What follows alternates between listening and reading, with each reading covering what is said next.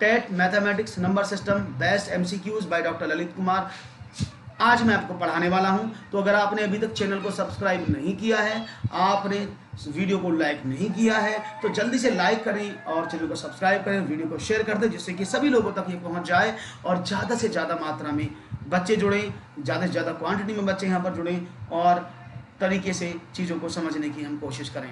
तो यहाँ पर आप सभी लोगों का स्वागत है। तो लेते हैं पहला प्रश्न आज का। भाई स्टूडेंट्स बहुत कम है, जल्दी से शेयर कर दो अपने दोस्तों के साथ, जिससे कि सब लोग जुड़ पाएं। तेजी के साथ आगे बढ़ा दो। ओके, तो पहला प्रश्न मैं आपके सामने लेता हूँ। मैंने यहीं से कल खत्म किया था, यहीं से शुरू करूंगा, क्योंकि आप लोगों को मैंने पहले ही कमिटमेंट किया हुआ है कि आपको जो चीज़ मैं पढ़ाऊंगा बिल्कुल स्टेप बाय स्टेप पढ़ाऊंगा। तो नंबर सिस्टम के बेहतरीन 20 क्वेश्चन से ज़्यादा आज फिर मैं लेने वाला हूं। पहला प्रश्न आपके स्क्रीन पर है, निम्न में से कौन सा कथन सत्य नहीं है? और समझिएगा इस बात को, ऐसे क्वेश्चन आपको एग्जामिनेशन में पक्का मिलेंगे, चाहे आप रेट की प्रिपरेशन कर रहे हैं, चाहे आप सीटेट की प्रिपरेशन कर रहे हैं, किसी भी की प्रिपरेशन कर रहे हैं। इसीलिए पूरी सीरीज का नाम हमने विक्ट्री 2.0 रखा है, क्योंकि हमने पहली सफलता सीटेट में बहुत बड़े लेवल पर प्राप्त की है।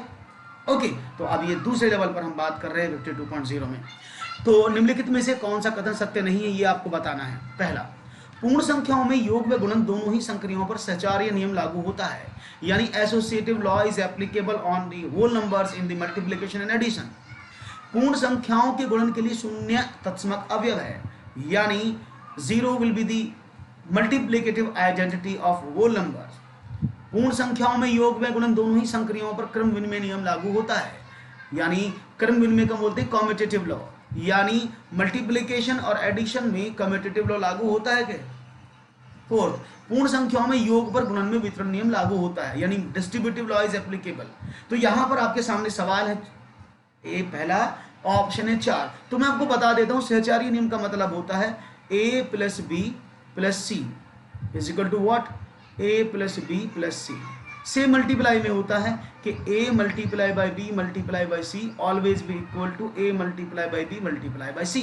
Is it clear? तो यहां पर ये चीजें लागू होती हैं, इन चीजों को समझिएगा। यानी यहां पर 2 से ज्यादा वेरिएबल होते हैं, 2 से ज्यादा संख्याएं होती हैं, और उन पर हम नियम लगाते हैं और देखते हैं कि इस सेम ऑपरेटर का प्रयोग किया जाए। एक एग्जाम्पल लेते हैं। फॉर एग्जाम्पल, आपने कहा कि पूर्ण संख्या है 2, 3 और 5। तो अगर मैं इसको अप्लाई करता हूं इस पर, तो आपने क्या देखा, 2 गुणा 3 गुणा 5 क्या बराबर है 2 गुणा 3 गुणा 5 के? आपने कहा बिल्कुल बराबर है, 30 इसका आंसर आ जाएगा। इधर से भी निकालेंगे 30, इधर से भी निकालेंगे 30। तो यानी एप्लीकेबल है, सेम प्लस पर भी एप्लीकेबल है। यहां पर क्रम विनिमय नियम का मतलब होता है कि 2 गुणा 3 बराबर है 3 गुणा 2 के, या 2 plus 3 is equal to 3 plus 2। आपने कहा दोनों बराबर है, ये भी 6 ये भी 6, ये 5 ये 5। तो यानी आप देखिए कि आपको कम्यूटेटिव लॉ भी मिल रहा है, आपको सहचार्य नियम भी मिल रहा है। अब बात करते हैं वितरण नियम की। ये वितरण नियम क्या है उसको भी देख लेते हैं। It always be equal a into B plus C is equal to what? a into B plus a into C. समझ में आ रहा है ना? जब ना आए तो मुझे कमेंट सेक्शन में करके बताइएगा। तो आपने देखा क्या ये सत्य है? तो आपने कहा 2 a की वैल्यू है, 3 b की और c की 4 वैल्यू है। पुट करें 2 multiply by 3 plus 4 is equal to 2 multiply by 3 plus 2 multiply by 4। देखते क्या मिलता है? 4 और 3 7 दूनी 14, 3 दूनी 6 प्लस 8 14, यानी 14 इज इक्वल टू 14। यानी ये भी प्रॉपर्टी लागू होती है। तो ये 3 तो सही लिखी हैं। चौथी की मैं बात करता हूं, चौथा क्या है? चौथा देखते हैं, चौथा वाला क्या है, इसको समझने की कोशिश करेंगे और कमेंट सेक्शन में आप ओके क्लियर है ना? Everything is clear. Good evening to everyone. See, बहुत बढ़िया। तो ये सबसे पहले लिखा तत्समक अवयव, ये क्या है? इसको बोलते हैं आइडेंटिटी लॉ। आइडेंटिटी लॉ इसको बोला जाता है। और इस आइडेंटिटी का मतलब क्या है? एक ऐसा एलिमेंट जिसका ऑपरेशन करने के साथ कोई भी प्रभाव ना पड़े, यानी एक ऑपरेशन आप लागू कर रहे हैं और उस ऑपरेशन का कोई भी प्रभाव ना पड़े। फॉर एग्जाम्पल, मैंने कहा मैं 5 में क्या जोड़ूं कि ये 5 ही रहे। मैं 5 में किस चीज की मल्टीप्लाई करूं, ये 5 ही रहे। तो जो एलिमेंट आप यहाँ लिखेंगे वही इसके आइडेंटिटी एलिमेंट हैं। तो 5 में क्या जोड़े, आपने कहा सर 5 में 0 जोड़ दो तो कोई फर्क नहीं पड़ेगा, 5 में 1 की गुणा कर दो तो कोई फर्क नहीं पड़ेगा। इसलिए हम योग का जो तत्समक है, योग की जो आइडेंटिटी है, इसको एडिटिव आइडेंटिटी बोलते हैं, वो 0 है। और 1 को बोलते हैं मल्टीप्लिकेटिव आइडेंटिटी, यानी गुणन का तत्समक। तो आपने क्या देखा, योग का क्या है 0, गुणा का क्या है 1, और यहाँ पर क्या कह रहा है वो कि गुणन के लिए 0 नहीं होगा, गुणन के लिए 1 होगा। तो ये छोटी छोटी मगर मोटी बातें हैं जो आपको पता होनी चाहिए। बहुत बढ़िया से जवाब दिया आपने डाकू, बहुत बढ़िया।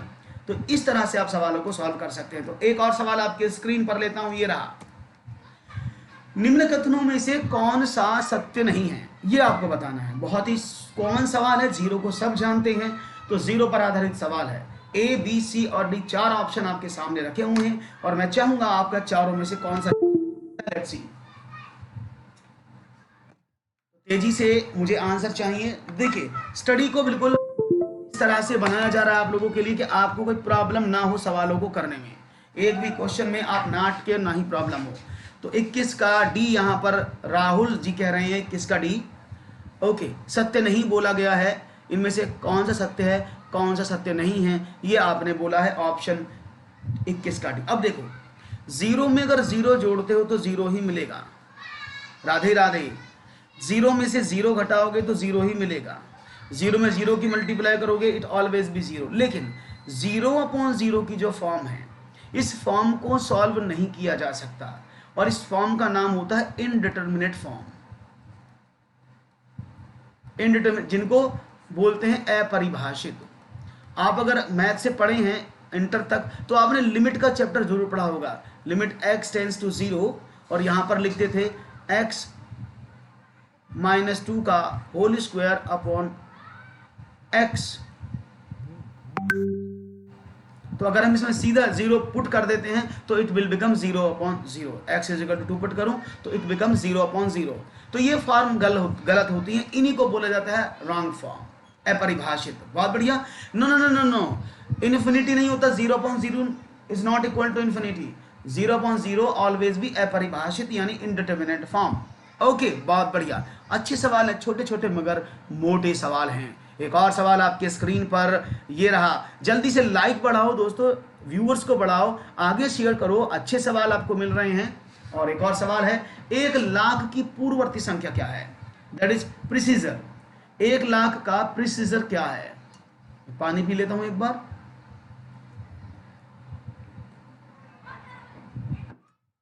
चलिए, तो क्या जवाब मिलता है आप लोगों का।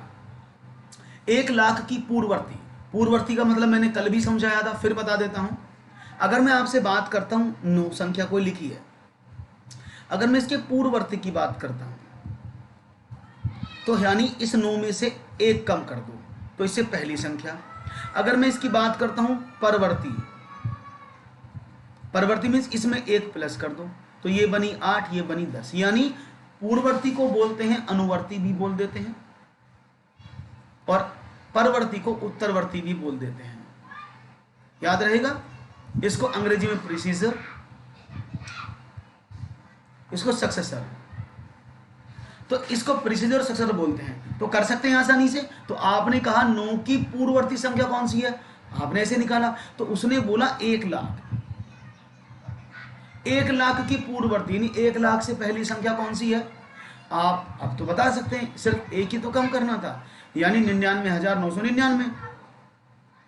हाँ भाई, लाइक शेयर जरूर करते रहें, जब भी मुझे भी आपको आनंद आता है और मुझे भी आनंद आता है आपको पढ़ाने में। जब तक लाइक शेयर नहीं होता तो हमें भी आनंद नहीं, आपको भी आनंद नहीं। तो 22 का बी एकदम सही जवाब है। हाँ, अगर इसको बोलता परवर्ती क्या है तो इसमें 1 जोड़ देते तो डी ऑप्शन हो जाता। फिर एक सवाल पूछता हूं आपसे जो एग्जामिनेशन बेस्ड क्वेश्चन है। 0 का पूर्ण संख्यात्मक पूर्ववर्ती संख्या बताओ। 0 की पूर्ण संख्यात्मक पूर्ववर्ती संख्या कौन सी होगी। तो मैं चाहूंगा आपका जवाब मुझे मिले। लेट्स सी आपका जवाब मुझे क्या मिलता है इस सवाल का। बहुत ही सिंपल सवाल है, 0 पर सवाल ज्यादा दे रहा हूं। तो 0 का पूर्ण संख्यात्मक पूर्ववर्ती संख्या कौन सी है? तो सबसे पहले जवाब मिला कोई नहीं। बिल्कुल एकदम एक्सीलेंट जवाब है आपका, एकदम सही जवाब आपने दिया है। क्यों? क्योंकि 0 का पूर्ण संख्यात्मक पूर्ववर्ती संख्या कोई हो ही नहीं सकता, क्योंकि 0 तो सबसे छोटी पूर्ण संख्या है, उससे पहले तो -1 आता है जो कि पूर्ण संख्या नहीं होता, इसलिए 0 का कोई भी पूर्ववर्ती संख्या नहीं होता। ना 0 नहीं होगा, that is none of these, कोई नहीं, कोई होगा ही नहीं। ओके, बढ़िया, चीजें समझ में आ रही हैं धीरे धीरे। एक और सवाल आपके स्क्रीन पर ये रहा, 1 मिलियन की परवर्ती संख्या बताओ। चलो देखते हैं आपका जवाब क्या मिलता है। 1 मिलियन की बात हो रही है, 1 मिलियन।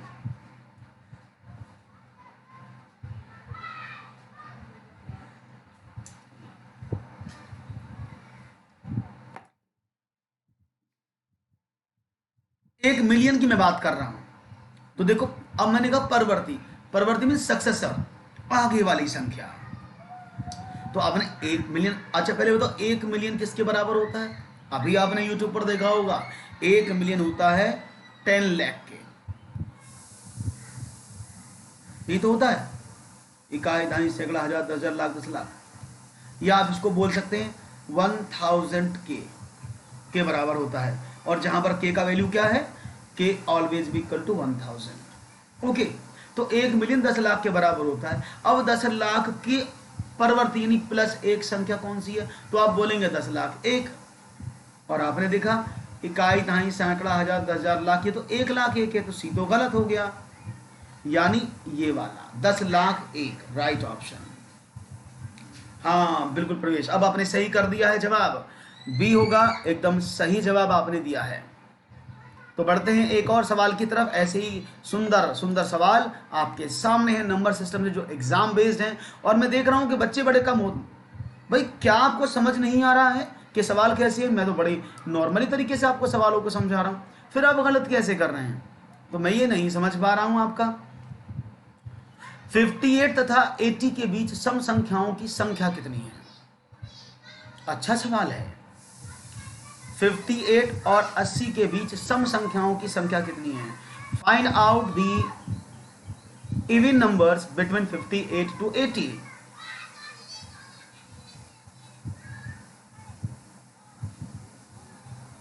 ओके, अभी आएगा, अभी आएगा, डोंट वरी सोनम, अभी समझाएंगे, फिर से समझाएंगे, अब चिंता ना करें। तो सवाल को देखते हैं, 58 और 80 के बीच की सम संख्याओं की संख्या क्या है? अब देखो इसको दो तरीके से आप कर सकते थे। मैंने कहा 58 और 80 इन दोनों के बीच की इवन नंबर, तो मैं लिखूं, तो मैंने कहा 58 के बाद 60, 62, 64, 66, 68, 70, 72, 74, 76, 78, यही तो होंगे, है ना? तो ये तो आपको ऐसे ऑरली मिल गया। मैंने कल भी इस तरह का एक सवाल समझाया था, और मैंने कल बोला था कि इसको ऐसे, फॉर एग्जांपल वो पूछता 58 और 180 के बीच कितनी है, तो ये आपके लिए बहुत टफ टास्क होता है ना? ये बहुत टफ टास्क होता ना। तो हम कैसे कर सकते हैं इसको समझने की कोशिश करना। मैंने बताया था m-n और -1 वो संख्या होगी जो टोटल संख्याएं आएंगी, द टोटल नंबर। तो 80 माइनस का 58 माइनस का 1, तो कितना बचा? 22 माइनस का 1 बराबर 21 संख्याएं टोटल हैं। टोटल कितनी है? 21 संख्याएं।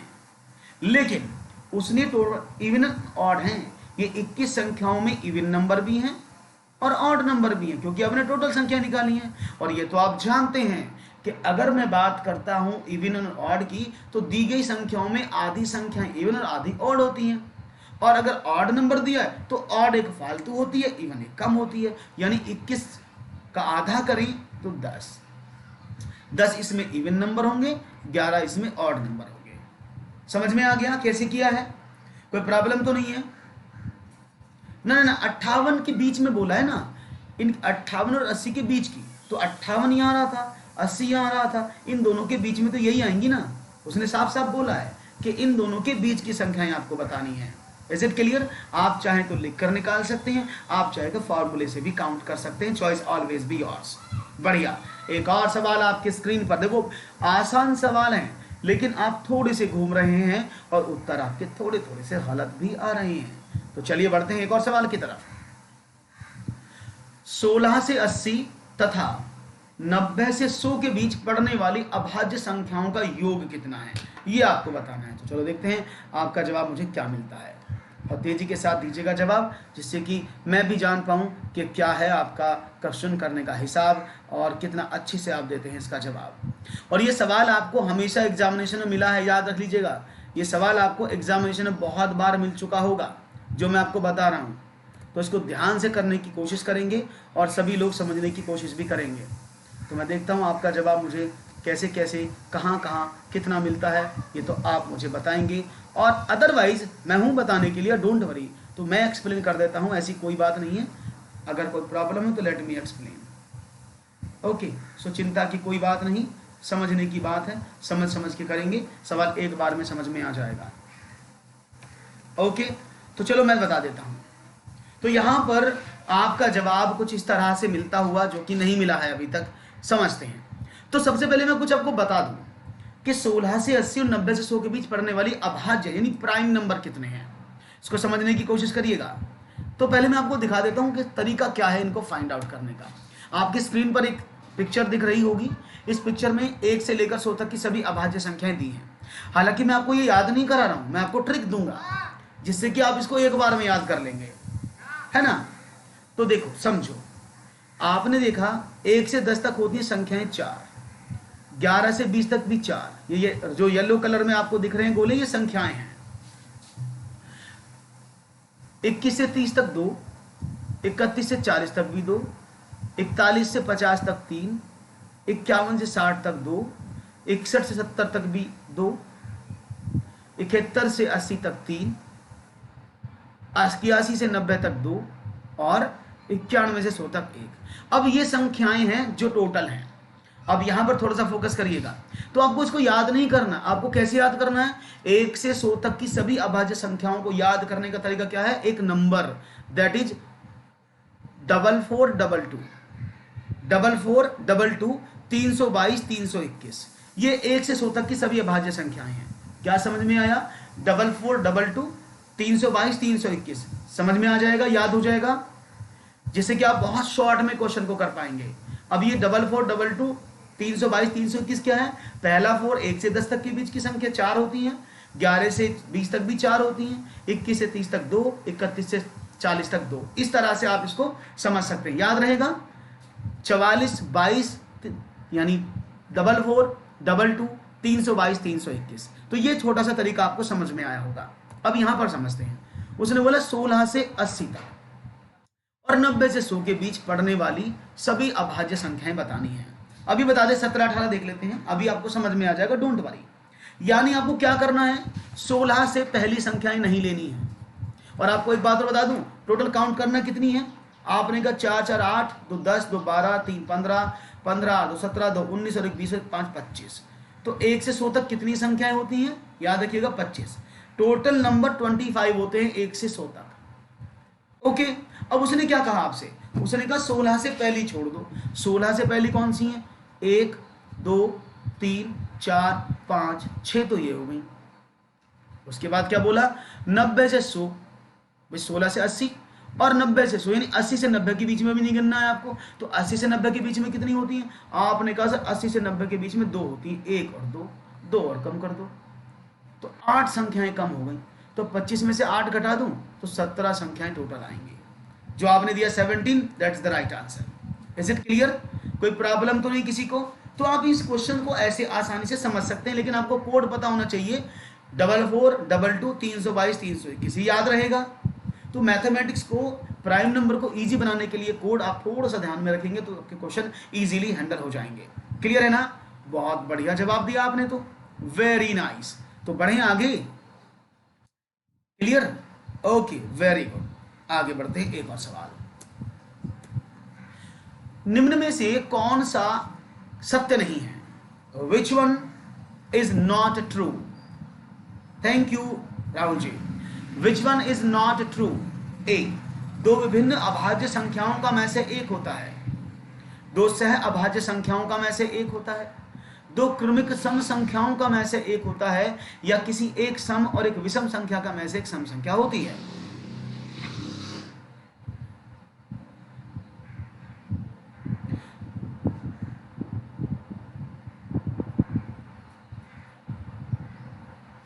अच्छा, आगरा में कोचिंग की है, कोई बात नहीं है, आप लगातार यहां पर भी पढ़ेंगी तो आपको मैथ समझ में आ जाएगा, डोंट वरी। तो दो संख्याएं हैं, इनमें से यानी दो अभाज्य संख्याओं का में से एक होता है, सही नहीं है, दो सह अभाज्य संख्याओं का में से एक होता है। मैं इंग्लिश में बोल देता हूं, the HCF of two prime number is 1, HCF of two coprime number is 1, two HCF of two consecutive even numbers is 2, or one even and one odd number always having an even HCF। अब समझते हैं, देखो अभाज्य संख्या prime number होती है जो किसी से नहीं कटती, यानी जैसे 3 और 5, तो इनका HCF हमेशा कितना होगा, 1 होगा। सेम कंडीशन किसके साथ है, सहअभाज्य संख्याओं के साथ। को प्राइम नंबर की तो प्रॉपर्टी ये है कि जिन दो संख्याओं का में से एक होगा वही को प्राइम नंबर कहलाएंगी। जैसे आपने लिखा 3,8, इन दोनों का क्या है, 1 होगा। ओके, ओहो, 1 मिनट रुकिएगा दोस्तों, यहाँ आंधी आ गई है, 1 सेकंड रुकिएगा, मैं जरा बंद कर देता हूँ।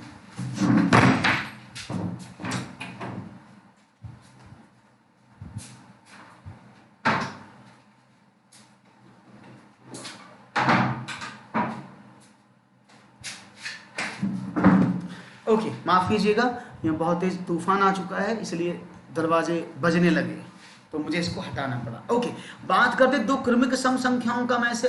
अब दो क्रमिक सम संख्याएं जैसे 2, 4, 6, 8 और 10, इन दोनों का HCF 2 होगा, इन दोनों का HCF हमेशा 2 होगा। कोई भी दो लगातार सम संख्याओं का HCF हमेशा 2 होता है, एकदम सही है। लेकिन किसी भी एक सम संख्या और एक विषम संख्या, फॉर एग्जांपल आपने लिया 3 और आपने लिया 4, इन दोनों का HCF क्या होगा, क्या इवन नंबर आ सकता है, क्योंकि दोनों का हमेशा या तो 1 होगा, या फिर आप कह सकते हैं 9 और 12, इनका 3 होगा। तो ऐसे नहीं कि वो सम संख्या ही होगा। ओके, एक विषम संख्या हो सकता है। Is it clear now? तो ऑप्शन नंबर डी सही नहीं है, ये आपको समझ में आया है। बहुत बढ़िया जवाब आप लोगों का। एक और सवाल आपकी स्क्रीन पर ये रहा, सही से जवाब दीजिएगा। 4 अंकों की सबसे बड़ी संख्या के विभिन्न अभाज्य गुणनखंडों की संख्या कितनी है? सवाल थोड़ा सा अच्छा है, घूम के पूछा गया है, लेकिन इसका आंसर आप आसानी से दे देंगे। 4 अंकों की सबसे बड़ी संख्या के विभिन्न अभाज्य गुणनखंडों की संख्या क्या है? 1, 2, 3, 5 और 11। तो देखते हैं आपका जवाब क्या मिलता है। 4 अंकों की सबसे बड़ी संख्या के विभिन्न अभाज्य गुणनखंड। तो सबसे पहले आप देखो, ये सवाल सीटेट में आया था इस बार, ऐसा सवाल आपको सीटेट में मिला था और आप उसको गलत करके आए थे, बहुत सारे बच्चों ने उसको गलत किया था। समझते हैं। तो पहले देखो 4 अंकों की सबसे बड़ी संख्या क्या है, आपने कहा ये वाली है 4 बार में। चलो इसके फैक्टर करते हैं। तो आपने सबसे पहले इसको 3 से डिवाइड किया, तो 3 तिया 9, 3 तिया 9, 3 3 3 जा 9। फिर 3 से डिवाइड किया, आपने कहा 3 1 जा 1 जा 1 जा 1 जा। अब देखो क्या 1 1 1 1 किसी से डिविजिबल है? आपने कहा बिल्कुल डिविजिबल हो जाएगा, ये 11 से कट जाएगा ना। देखो 11 एकम 11, ना जाने का 0, फिर 11 एकम 11। अब 101 किसी से नहीं कटता, 101 किसी से नहीं कटता, ये कट जाता है। हाँ जी बताओ जरा मुझे, क्या 101 किसी से कटता है? आपने कहा है 5 होंगे। तो अब मुझे बताओ ये 101 किससे कटता है? कोई भी जवाब आपके पास हो तो जल्दी से शेयर करें। हाँ जी, तो आपने कहा कि सर 27 का सी, राहुल ने सी दे दिया यानी 5, और मैंने आपके सामने जवाब भी रख दिया है। अब आपको ये 5 को प्रूफ करना है, तो मैं चाह रहा हूं आपसे, आप बिल्कुल सही हैं कि भाई आप इसके 5 फैक्टर बताएंगे, लेकिन आपके अकॉर्डिंग तो यहां पर 4 ही आ रहे हैं। हाँ जी राहुल जी, आपने 5 संख्या बोली, मुझे कोई प्रॉब्लम नहीं, सबने 5 बोला, लेकिन मैं तो फैक्टर कर रहा हूं यहां पर। अभाज्य फैक्टर अभी 3 4 ही दिख रहे हैं मुझे, तो एक और फैक्टर कौन सा होगा?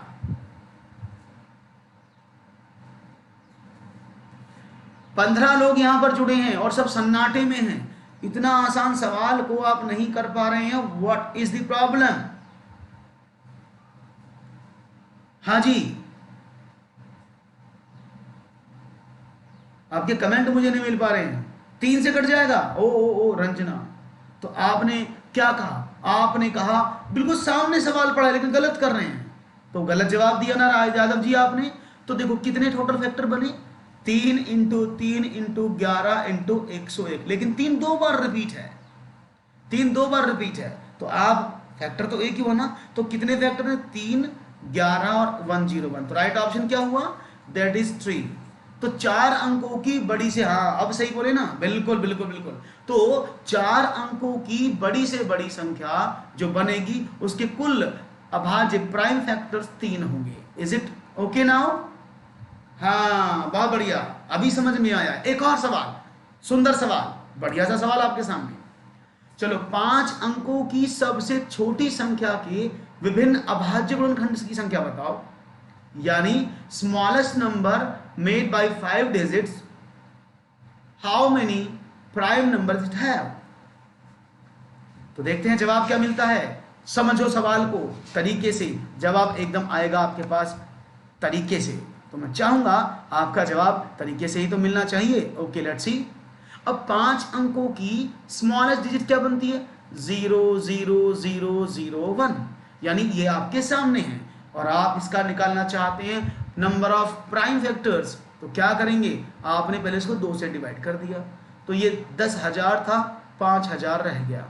5,000 को फिर से 2 से डिवाइड किया, आपने कहा 5,000 को आधा 2,500 रह गया, 2500। 2500 को फिर आपने 2 से डिवाइड कर दिया, आपने कहा 12.5, 12.5 को फिर 2 से डिवाइड कर दिया, तो आपने कहा 2 छिक्का 12, बचे कितने? 2 दूनी 4, 2 पंजे 10, 625।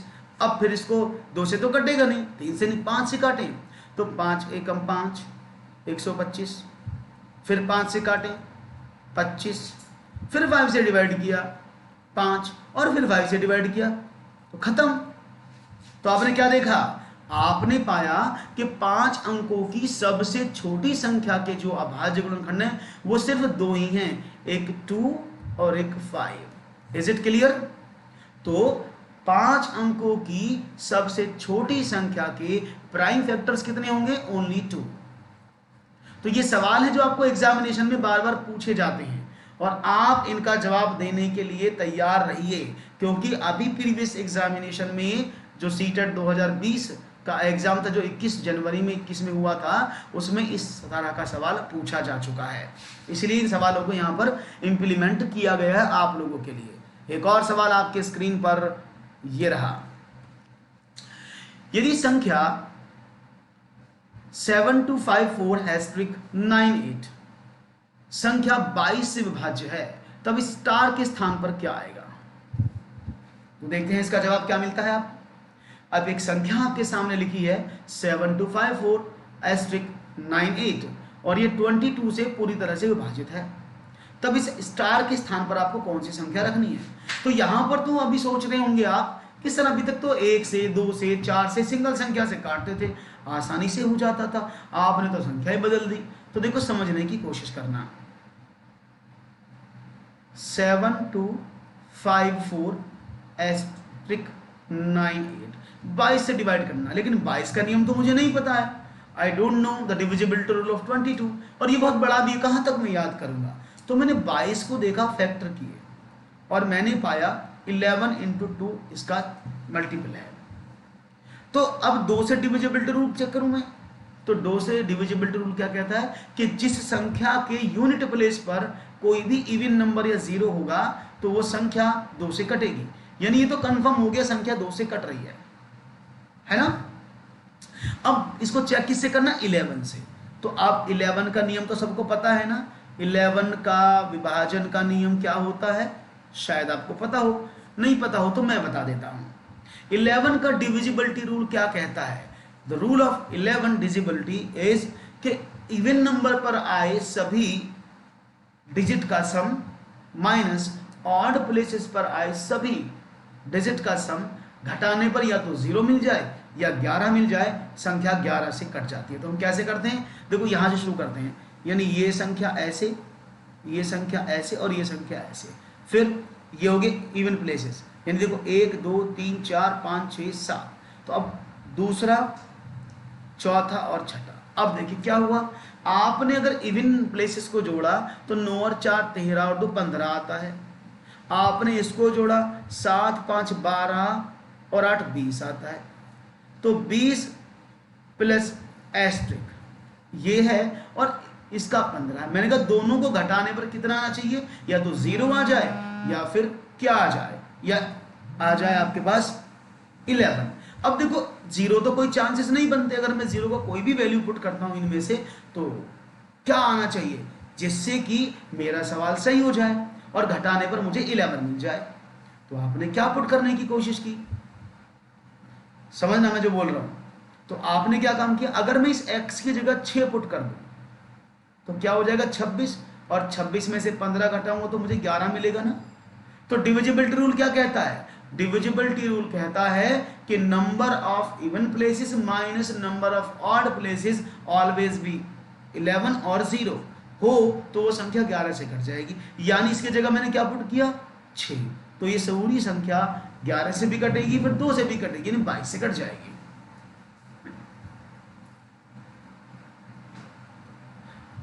हाँ वो हो सकता है राहुल, लेकिन कंटिन्यू रहिएगा आप राहुल, टेंशन मत लीजिएगा, ये सब चलता रहता है जीवन में, लेकिन आप टेंशन मत लीजिएगा। सवाल आपके पास बहुत सारे, समझिएगा। प्रणाम चंद्रभान, कैसे हैं आप। एक और सवाल आपके स्क्रीन पर ये रहा, यदि कोई दो क्रमिक विषम संख्याओं के योग को विभाज्य करने वाली बड़ी से बड़ी संख्या कौन सी है। दो क्रमिक विषम संख्या, क्रिमिन्स कॉन्जुगेटिव, तो यहां पर क्या है, the sum of two consecutive odd numbers divisible by which greatest number from the following। तो देखते हैं आपका जवाब क्या मिलता है। दो क्रमिक संख्या कैसी है, मैं लिख देता हूं 1 3 5 7 9 11 13, ये सब संख्याएं हैं। तो अगर मैं इन दोनों संख्याओं को जोड़ूं, क्रमिक को किसी को भी ऐसे, या मैं इसको ऐसे जोड़ लूं, या मैं इन दोनों को जोड़ लूं, या मैं इन दोनों को भी जोड़ लूं, लेकिन क्रमिक होनी चाहिए। इन दोनों को जोड़ा तो 4, इन दोनों को जोड़ा तो 8, इन दोनों को जोड़ा तो 9 और 7 16, इन दोनों को जोड़ेंगे तो 11 और 9 20, इन दोनों को जोड़ेंगे तो 13 24। तो ये जो संख्याएं आपको प्राप्त हो रही हैं, ये किस बड़ी से बड़ी संख्या से डिवाइजेबल होंगी। तो आपने नोट किया, यहाँ पर अगर मैं देखूं, बस आपको सवाल की फीलिंग तक पहुंचना है, सवाल को समझना है। जब आप सवाल को अच्छे से समझ जाएंगे, आपके जवाब तुरंत जल्दी से आपके पास आ जाएंगे। तो आपने देखा सारी संख्या 4 से डिवाइड है, 4 से डिवाइड होता है, होने को तो 2 से भी डिवाइड होंगे सारे। अगर आप चाहें तो ये डिविजिबल 2 से भी है, लेकिन 2 नहीं लेंगे, क्योंकि उसने बोला है ना निम्न में से किस सबसे बड़ी संख्या कौन सी है, तो 2 और 4 में बड़ी संख्या 4 है, इसलिए ये सारी संख्याएं 4 से डिविजिबल होंगी। क्लियर, कोई प्रॉब्लम तो नहीं। बहुत ही खूबसूरत जवाब। एक और सवाल आपकी तरफ बढ़ाता हूं और चाहूंगा इसका जवाब भी आप मुझे बहुत अच्छे से और तरीके से देने की कोशिश करेंगे। एक और सवाल आपके स्क्रीन पर ये रहा, एक संख्या 5 तथा 6 से विभाज्य है। कोई एक संख्या है जो 5 से कटेगी और 6 से भी कटेगी। हो सकता है कि वह विभाज्य ना हो सकता है कि वो निम्न में से किस संख्या से विभाज्य ना हो, 10 से, 15 से, 30 से या 60 से। एक संख्या 5 और 6 से विभाज्य है, हो सकता है कि वो इनमें से किससे विभाज्य ना हो। तो यहां पर जवाब आ रहा है डी। ओके, तो वही आप लोगों के जवाब डी का जैसे मिल रहे हैं, और मुझे लग रहा है कि ये कोलावेरी डी ना बन जाए हैं। तो यहां पर बहुत ही बढ़िया जवाब आप लोगों का मिलता हुआ। तो समझते हैं सवाल में आखिरकार पूछा क्या गया था, कहीं सवाल घुमाने वाला तो नहीं था। देखो सवाल था बी 15 से। देखो एक संख्या 5 और 6 से विभाज्य है, तो 5 और 6 से डिवाइड होने वाली संख्या क्या होगी, इनका एलसीएम जो दोनों से कटेगा, और वो क्या 30। अब 30 के जितने भी मल्टीपल होंगे उन सबको 5 से काटेंगे, चाहे वो 60 हो, चाहे वो 90 हो, चाहे वो 120 हो, चाहे वो 180 हो, चाहे वो 150 हो, है ना। 30 के जितने भी मल्टीपल होंगे, लेकिन हम इनकी बात ही नहीं कर रहे हैं। आगे वाले उसने कहा कि 5 और 6 से कटने वाली सभी संख्याएं हैं, हो सकता है वो किससे विभाज्य ना हो। तो 5 और 6 से कटने वाली जो सबसे छोटी संख्या है वो 30 है। तो 30 जो है वो 10 से भी कट सकता, 15 से भी, 30 से भी, लेकिन वो 60 से डिविजिबल नहीं होगा। Is it clear? तो ये थोड़ा सा लॉजिक था कटने को, तो बाकी तो सब कटेंगे, 60 भी कटेगी, 120 भी कटेगी, 90, लेकिन ये हो सकता है कि 5 और 6 से कटने वाली संख्या 30 भी होती है, लेकिन 30 जो है वो नहीं कटती, किससे? 60 से। इसलिए सही जवाब था option number D is the right option. Is it clear now? अच्छे से समझा आपने, अच्छे से पढ़ा आपने, दैट्स वेरी नाइस।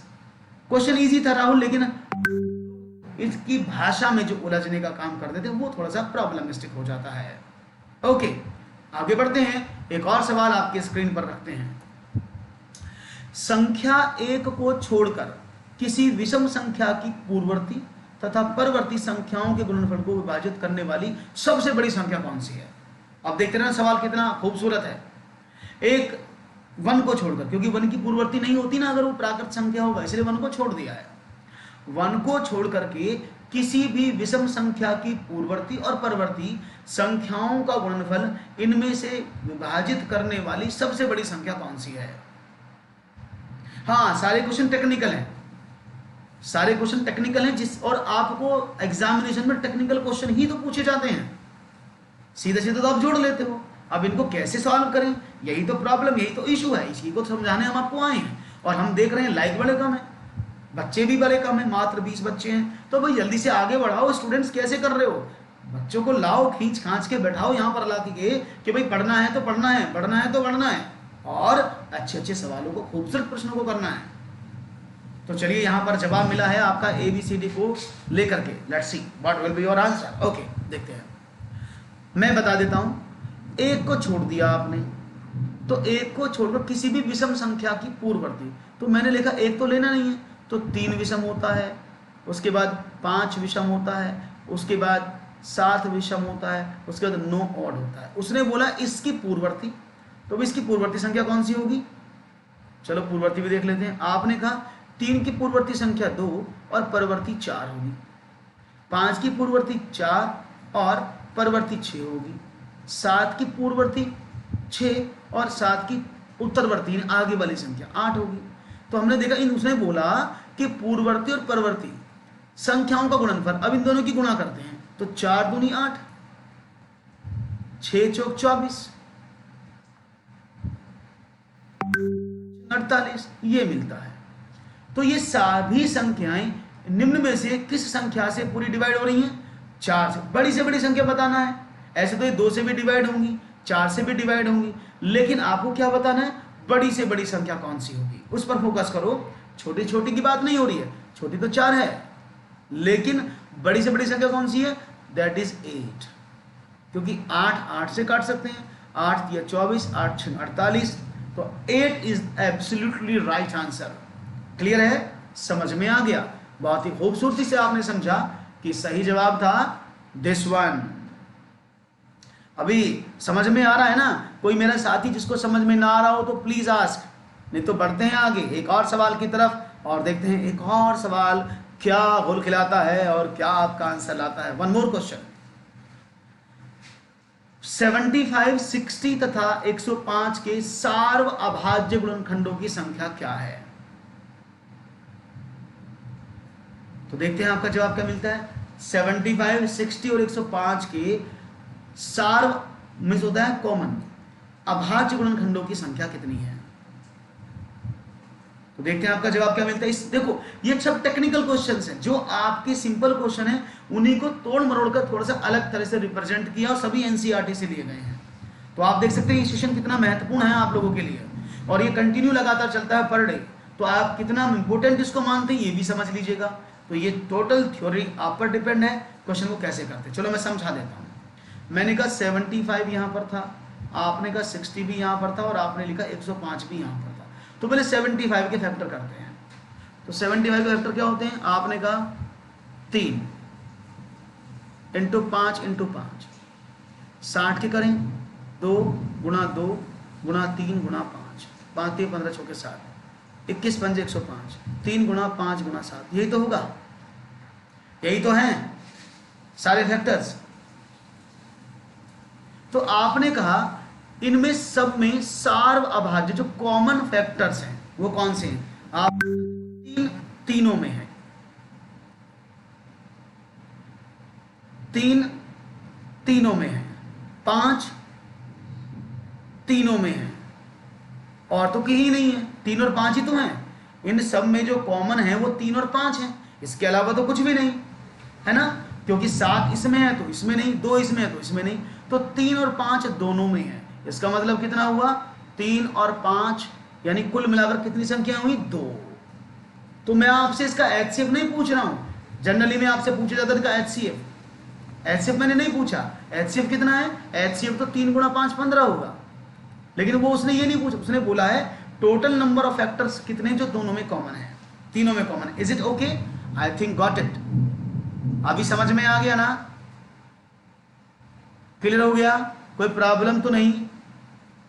हाँ, 3 और 5 2 होगा, तो क्वेश्चन बहुत ही टेक्निकल और सुंदर सुंदर से हैं। एचसीएफ 15 होगा और इसका सार अभाज्य गुणनखंडों की संख्या 2 होगी। Right option is 2। क्लियर है, और सवाल लिया जाए फिर तो। One more question for you at your screen, दीजिएगा सही जवाब। निम्न में से कौन सा युग्म सह अभाज्य नहीं है, यानी which of the following is not the को प्राइम नंबर। को प्राइम कौन सा नहीं है ये आपको बताना है। तो देखते हैं बात हो रही है, और को प्राइम कौन सा नहीं है ये आपको बताना है। तो देखते हैं जवाब क्या मिलता है को प्राइम के साथ। तो यहां पर देखते हैं, देखो को प्राइम नंबर कौन से होते हैं, ऐसे दो नंबर का समूह जिन दोनों में कोई भी कॉमन फैक्टर ना हो, या फिर को प्राइम नंबर्स वो नंबर होते हैं जिनके HCF अभी मैंने बताया था कितना होता है, 1 होता है। यहां से शुरू करते हैं, 31 और 33 का HCF दोनों ही एक प्राइम है और एक कंपोजिट नंबर, लेकिन इनके बीच कॉमन कुछ भी नहीं, तो ये 1 से कटेंगे दोनों। 1 और 3 दोनों ही प्राइम नंबर, तो इनके बीच में तो कॉमन वैसे भी 1 होगा। 11 12 भी सेम है, लेकिन आपने 8 और 10 देखा जो 2 से भी कट सकता है ना। 8 10 में दोनों में कॉमन 2 है ना, दोनों संख्याएं 2 से। हाँ, धमाकेदार क्वेश्चन से आपको रिवीजन होगा, इसलिए इन क्वेश्चंस का लेवल थोड़ा सा अलग रखा गया, आप लोगों के लिए अलग से बनाए गए हैं, जिससे कि आप चीजों को समझें और तरीके से सवालों को करने की कोशिश करें। तो देखो 8 और 10 में क्या है, 8 10 में जो HCF है वो कितना है, वो 2 है, जो कि को प्राइम नंबर नहीं होता। तो राइट ऑप्शन क्या था, option number A is the right option. बहुत बढ़िया से जवाब, बहुत अच्छे से आप सवालों को समझ भी रहे हैं।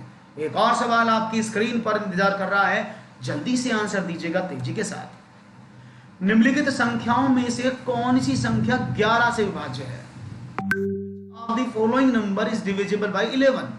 तो सवाल थोड़े थोड़े से हैं, ओके, स्टैंडर्ड क्वेश्चन है। शुक्रिया, बहुत बहुत धन्यवाद। अगर आपको क्वेश्चन अच्छा, कंटेंट अच्छा होना चाहिए, अगर आपका कंटेंट अच्छा है तो आपको चीजों में सफलता हासिल जरूर होगी। तो निम्न संख्याओं में कौन सी संख्या 11 से विभाज्य है, which one of the following number is divisible by 11। तो देखते हैं, अब 11 का डिविजिबिलिटी रूल मैंने अभी आपको 1 मिनट पहले बताया है कि किसी भी संख्या का 11 का डिविजिबिलिटी रूल क्या होता है। 11 से कौन सी संख्या कट रही, सारी कट रही है क्या, चलो देख लेते हैं। हमने क्या बताया था कि जब भी आप डिविजिबिलिटी रूल की बात करते हैं तो उसमें एक चीज का ध्यान रखिएगा, number of even places and odd places, उनका सम करके घटाओगे तो 0 या 11 आना चाहिए, तो 11 से कट जाएगी। ओके, स्टार्ट करते हैं यहां से। देखो 3 और 3 6 और 3 9 और 3 12, यहां से देखिए 3 और 3 6 और 3 9, तो 12 में से 9 जाएंगे तो 3 बचेंगे जो कि 11 से डिविजिबल नहीं है। बात समझ में आ गई। इसको देखते हैं, 2 ऐसे एक एक छोड़ के हमने निशान लगा दिया। अब इसको देखें, 2